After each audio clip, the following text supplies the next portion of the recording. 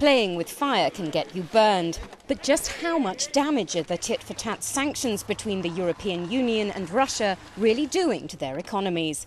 The Ukraine crisis has raised fears of a damaging trade war between Brussels and Moscow. Analysts have been warning of a boomerang effect as the sanctions escalate. The EU is Russia's largest trading partner and makes up an estimated 75% of foreign direct investment into the country. Russia is the European bloc's third largest trading partner.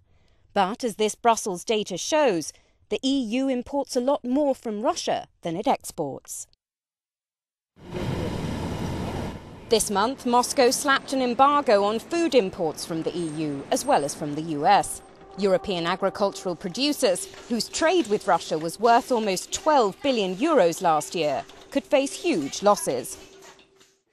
Luigi Negro, advisor to farmers in the Apulia region of Italy, says foreign markets had been serving us very well. The economic blow that we've now received strengthens the resolve of our own producers, but at the same time it's a cause of great concern as well. Russia is also weighing up the cost of the sanctions imposed on it by the EU and others. Several economists warn that food prices there will escalate and fuel Russia's inflation problem. The EU has also imposed sanctions on several economic sectors.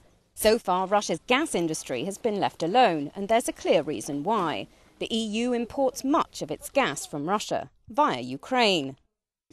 This analyst says that 2009, when Russia cut off gas supplies to Ukraine, which had a knock-on effect in Europe, will seem like a small problem compared to what could happen if Russia turned off the taps to the EU.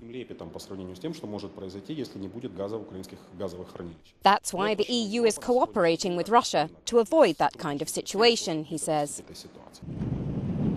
Several businesses on both sides argue that the sanctions, rather than helping to resolve the conflict between Moscow and Brussels over Ukraine, may well be fanning the flames.